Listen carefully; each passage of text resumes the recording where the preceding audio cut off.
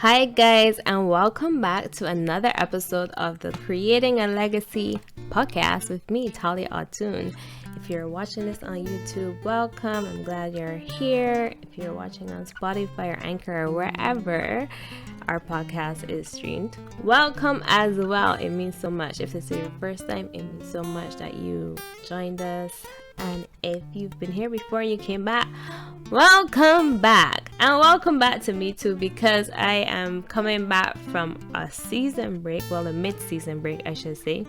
So having completed episode 7, where we were talking about being strong, courageous, we had a bit of a break. And you know what? It really was needed because there was so much happening in my life at the same time that it was just hard to pour out from the circumstances I was going through. But I survived by God's grace, and here I am.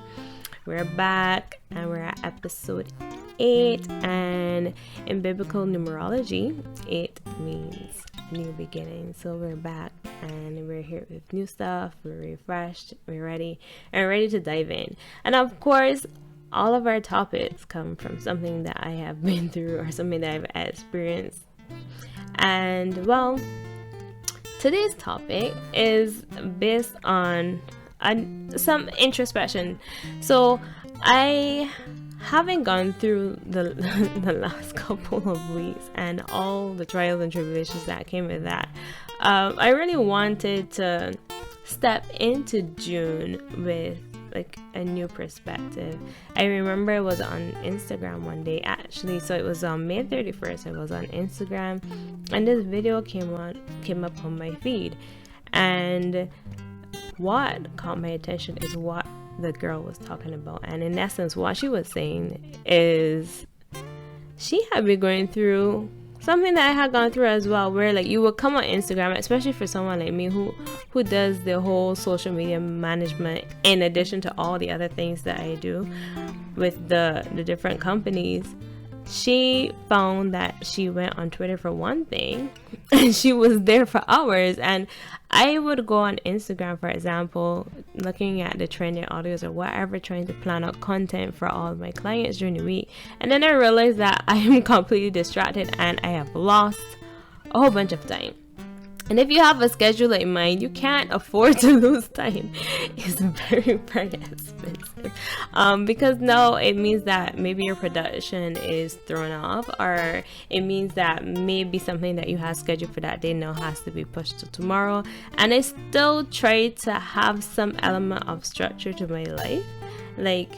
For example, from a work perspective, I try to keep as much work between Monday and Thursday so that I can keep Friday a bit more open to help me balance my wifehood duties better.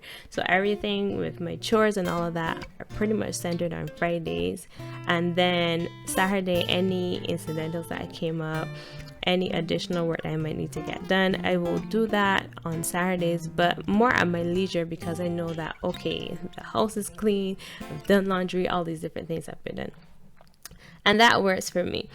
But whatever the situation is, it is so easy when you're going through your day-to-day to just get distracted. And I found that, especially in the latter half of that journey that I was going through, that season of tribulation that I was going through, that I was getting really distracted with just anything. And I understood that one part of it was just the fact that I had been going through so much, especially emotionally and mentally, that I didn't want to feel what I was feeling. So I was looking for things to distract me from those feelings, and that isn't healthy. But the reality was that's what I was doing. But at the same time, no, it was having an impact on my productivity. So here I was saying that I was going to do, let's say, 5 things that day, and maybe I only accomplished 3 because I lost a good set of that time just being buried in nonsense. Because it's not like anything really on those platforms was really edifying me. It was just a distraction. And the reality is that happens to a lot of us. We go on whatever social media platform and we find that we're just enthralled with it, and before we know it, the day has passed and we're like, what have I accomplished? So all of that precursor to bring us really to the meat of the matter, and it is kind of looking at stewardship again, which is what we touched on in episode 3. But rather than look at it from the point of view of finances, so managing that portion of resources, this week we are looking at the resource of time. So stewardship over our time. And I feel very fortunate because I'm able to look at this from different perspectives. I'm able to look at it from the biblical perspective, which obviously we're going to do because we are looking at building our businesses the kingdom way. But I'm also able to look at it and draw from experience when I was working in project management. And for anyone that knows me personally, I really enjoyed that portion of my life. Unfortunately, it isn't a case that I completely neglected it. I still apply a lot of those principles today in how I run the businesses or how I communicate with clients and stuff like that. But I do foresee even going further and just being used to further the kingdom. So I'm going to draw on those two things today, and we're going to come to a conclusion on how we steward better over our time and some of the things that we can do to help us to deal with all of these different distractions. Because the reality is the enemy puts a lot of things in our way to veer us off our plans. Well, not even our plans, but God's plan for us, to veer us off of purpose. If we are distracted from purpose, it means that there's room for His agenda to come forth, right? So to do that, He brings all of these different things, and unfortunately, sometimes we succumb to those. So it's really about being able to identify that, and then having identified that, implement strategies to reap rewards and be fruitful and steward over the time that we have. Because if there's one resource that we can't get back, it is time. Time already is not guaranteed. Every day that we live is a blessing in itself.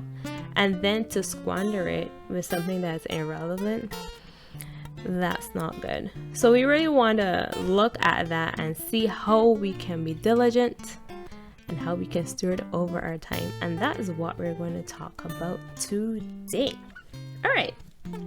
So you know what? I think we're going to start with us looking at the project management example. I think that will help bring things into perspective, and then we can look at it biblically and see how we can go from there. All right.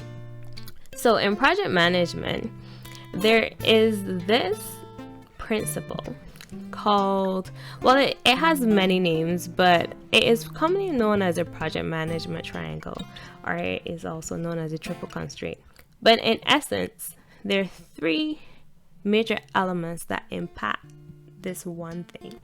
So the first element is scope, and scope simply means it is what it encompasses that project. So that, for example, let's say that I wanted to build a house. What are the things that goes into building that house? So I need to make sure that I am building my foundation, I'm building the walls, I have windows and doors, and I have the roof, and it is fully equipped with electricity, and it has water, all these different things. So all of those components will impact my scope, and then scope obviously gets more detailed and more refined as it is developed. So that's when you really get into the specifications of things. How exactly is this scope supposed to be executed? So in essence, that is what a project scope would be. Then you have the cost of the project. So this is exactly as it sounds. It means that there is a financial component to achieving this project. In other words, it costs money. And so we need to now tie the scope that we have with how much it costs. So let's say I wanted black switches in my house versus white switches. White switches are more common, so the cost of that most likely will be more affordable than something that is specialty, like a black switch. And so we can see with variance in the scope, there's also variance in the cost. And something that is specialty will probably take longer to get than something that is right off of the shelf. And that in itself has introduced us to the third element, which is time. And so now we understand that it takes time to achieve the things that are in the scope, the same way that it takes money to achieve those things that are in the scope. And all of these things have an impact on this critical element, which is called quality. So if I impact the scope of the project and it impact the cost of the project, that in itself will have an impact on quality. If it impact the time or the schedule of the project and the cost of it, it will have an impact on quality. If it impact the scope and the time, no matter what element, however many times it impacts it, it has an impact on the quality. And so if I decide that I am building this house and I want to achieve the scope that I have, but I don't want to spend as much time on it, it means that I have to apply more resources. So it probably means that I have to bring in more I have to bring in more labor, I have to bring in more equipment, I have to double or triple the resources necessary to achieve this task, which means that is going to impact my costs. In the same way, if I want to keep my project more affordable, it means that I most likely will have to impact my scope. So maybe before I wanted to have all of these luxurious pieces inside, I now can't do that because that's going to be more expensive. And then I need to make sure that the project takes less time. So now I'm going to have to reduce my schedule and reduce my scope to make sure that I can keep my costs looking a certain way. But at the end of the day, we still want to have our quality maintained. We don't want that because we have manipulated any of those factors that we're producing a subpar product. And the reality is this is something that happens a lot in our day-to-day, because especially now, because we're focusing on time, especially because we have spent so much time being distracted that now us producing a quality product is now compromised because we've squandered our time. And here it was that we were supposed to be doing something and accomplishing so much. And the quality of the product that we're now producing is now compromised because we squandered our time. And it means that we either have to cut down on the scope of our work, which is maybe what we were supposed to do in a day, or we have to spend more money in terms of adding resources to try and compensate for the lack. Or that compensation in financially could even be a case that we lose money because we weren't able to fulfill the job, and that job that would have been bringing in revenue is now compromised. And here we were expecting that we were making X amount of dollars, and maybe it's a case that the quality was compromised so badly that there's a refund. Who knows? There's so many ways that this situation could play out, but it shows you how important it is to make sure that there is a balance. There needs to be a balance, and that is essentially what the triple constraint shows, and that is why it is a principle that we maintain, especially throughout the life cycle of a project.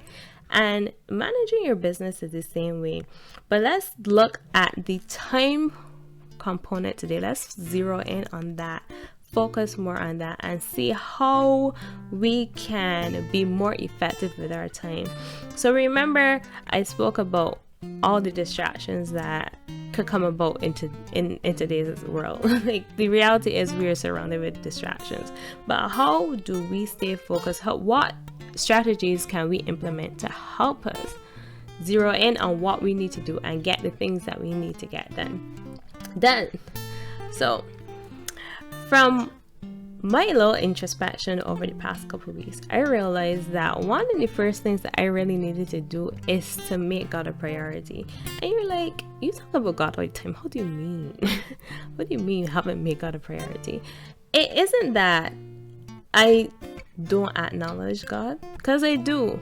But in terms of giving him the time that he is due, I have not done a good job of doing that. And I'm being honest and transparent, as I promise to always do on this podcast. I don't always do a great job doing that. Sometimes I get so bogged down with the fact that I do need to accomplish so many different things in the day that maybe I will push like devotional time or prayer time or whatever to the end of the day. And by the time I finish, I'm absolutely tired. I'm like, oh my goodness, now I have to do it tomorrow. And it isn't fair that we put God in that position, that we make him less of a priority, because the reality is without him we won't be able to do any of the things that we're supposed to be doing on a daily basis. So especially in the past couple of days, I have taken a new approach, and I've done some introspection and noticed that I needed to make God more of a priority in my day. Someone sent me a video by Victoria Orenzi, and I didn't get to finish the full thing, but I got the valuable part of it. And she was making reference to just starting somewhere. So if it is a case that you're not making, or you're not able to do the full hour for whatever reason, just start with 10 minutes, just start with 15 minutes. This is what she was saying. And you know what? I was like, you know what? Like, yeah. Like, the time that, like, let's be realistic. The time that we spend scrolling or whatever, if we took that time, we just sacrificed that and we put it to better use, spending some time in the Word, just praying or something like that, like, it would be so much better used than in scrolling or whatever other distraction comes up. So that's one of the first things, making God a priority. And so what I started to do is, after making sure that, like, okay, I've gotten up and everyone is out the house and the room is tidy and all that, I will sit down and I'm like, okay, before I open my laptop and I start looking at emails, before I really start to go through the messages on my phone, before I start to get distracted, let me be intentional and just sit down and pray. Sit down and worship. Sit down and read the Word. And honestly, the 30 minutes that I took to do that, I felt so much better after. Like, I was starting the day with a better mindset. I was starting the day with more clarity, because it wasn't even a case that I was just diving into the day, but now I was diving into the day with some direction, because I took time to get some direction and I took time to get into the presence of God and let him fill me. And what I found is that I got way more accomplished during the day. So what I would do next is that I would sit down after doing this. I would sit down and I will make a complete list. And I have been making lists for quite some time, and lists helped me through my career for sure, especially because everything was so time bound. You're working in project management, you have to make sure that milestones are accomplished by a certain time. So it is normal to continuously check things against your schedule to make sure that you're staying on time and make sure that you're doing tasks to keep that schedule fixed. Any variant to that schedule could have detrimental effects, as we would have just discussed with the triple constraint. So the critical aspect was to make sure that that schedule was monitored, and as a result my tasks will be made in the same way, to align with that schedule. And it's pretty much the same thing in taking that approach in my day-to-day. So I know that X project needs to be done by the end of the week. I need to make sure that I am applying my to-do list tasks in a way that it aligns with that end goal. So if it is a case that I need to make 5 things and it's due on Saturday, one way that I can do it is I can front load my schedule, and I can say that I'm doing it all at the beginning of the week, or I can spread it out evenly and say I'm doing 1 item a day. But it is definitely not advantageous to leave it all to the end and then leave room for error, leave room for chance, leave room for because the reality is so many different things can happen. We might say, okay, we're going to do 10 things today, and we get a call that something happened or there's something else that needs to come as more a priority. Maybe a rush order came in and you have to rejig your way. And this brings me to another point about strategies, because now is a case that when you are putting items into your to-do list, you need to make sure that there is space for contingency. It is good to be ambitious. Yeah, you're like, if you're watching this on YouTube, you're looking at the living example of someone who's extremely ambitious. But I have been bitten too many times in the butt because I was overly ambitious and I wanted to pack my day with so many different things, and then I left no room for error. And then something will happen, or I will be asked to do something that is actually pretty important. And here I was thinking that I was going to accomplish so many different things, and that completely got derailed. Maybe someone called me to pray with them, and that ended up taking an hour. And it's like, okay, I loaded my day so full. Now I feel like my day is going to fall apart because I had no contingency built into it. So we have to be wise. This brings us to wisdom. We have to be wise with how we are approaching this. And because we would have spent time with God, we're able to draw on Him and ask Him to give us wisdom in how we are applying the priorities to the tasks that we're putting on our to-do list and how much we're actually loading in the day. And then we can take that a step further and actually add some times. Because the reality is we have tendencies to still take our time when we think that we have a lot of time.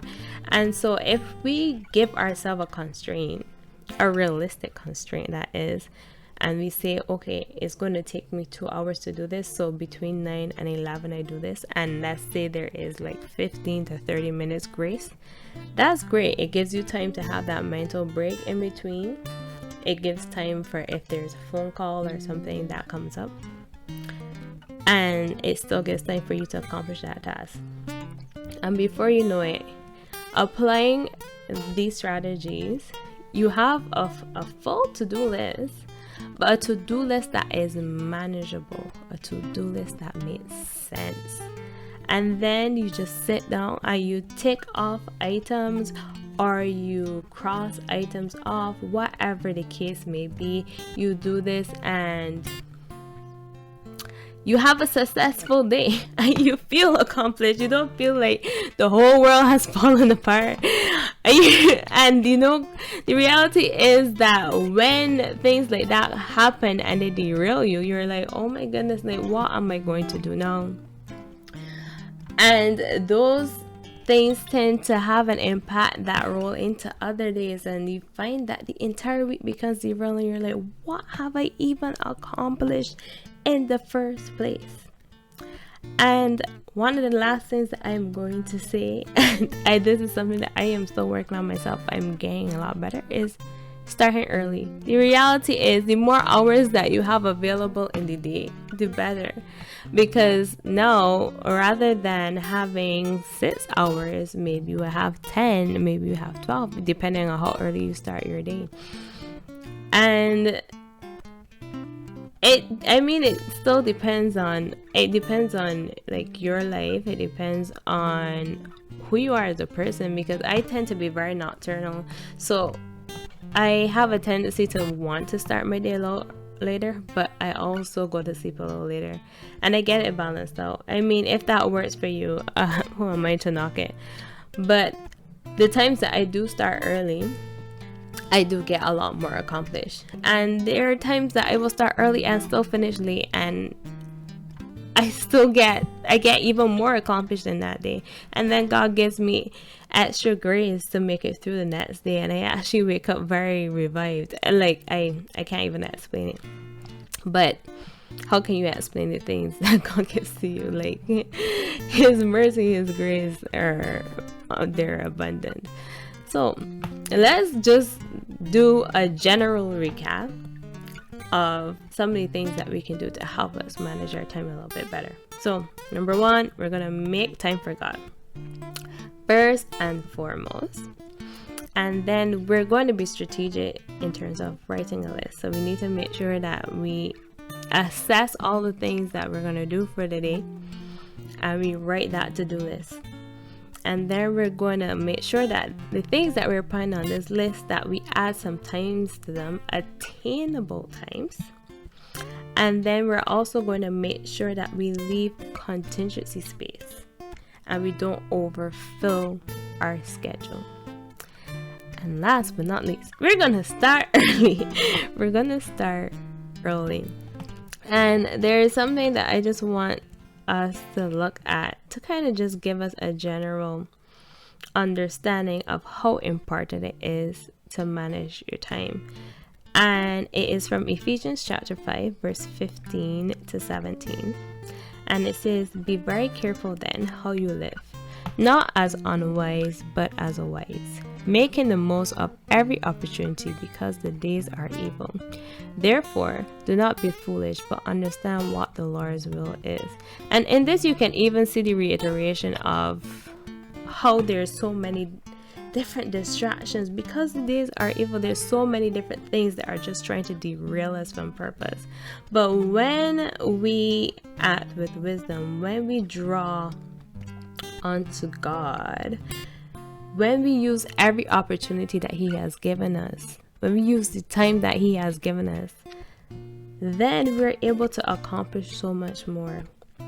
And it is reinforced how we really need to understand what God's will is. And that's why it is important as well to start the day with Him first, because He's the one that's going to give you the guidelines.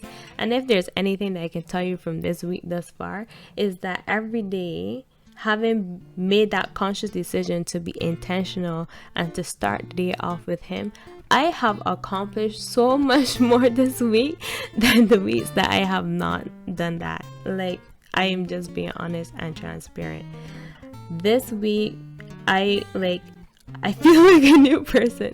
I feel very refined. I feel very accomplished because I have started the day with Him, and I have been able to take up every single thing on my to-do list. And the thing is, I will start maybe with like 5 or 6 items on my list, and when I end up, I have a full day's worth because I make more room during the day because of how productive I have been. I've really been conscious to try and stay away. I mean, I can't avoid social media because it's part of my job, but I've been very intentional with making sure that I stay within those allotted times for social media management, staying within those allotted times for production, staying within those allotted times for breaks, etc., etc.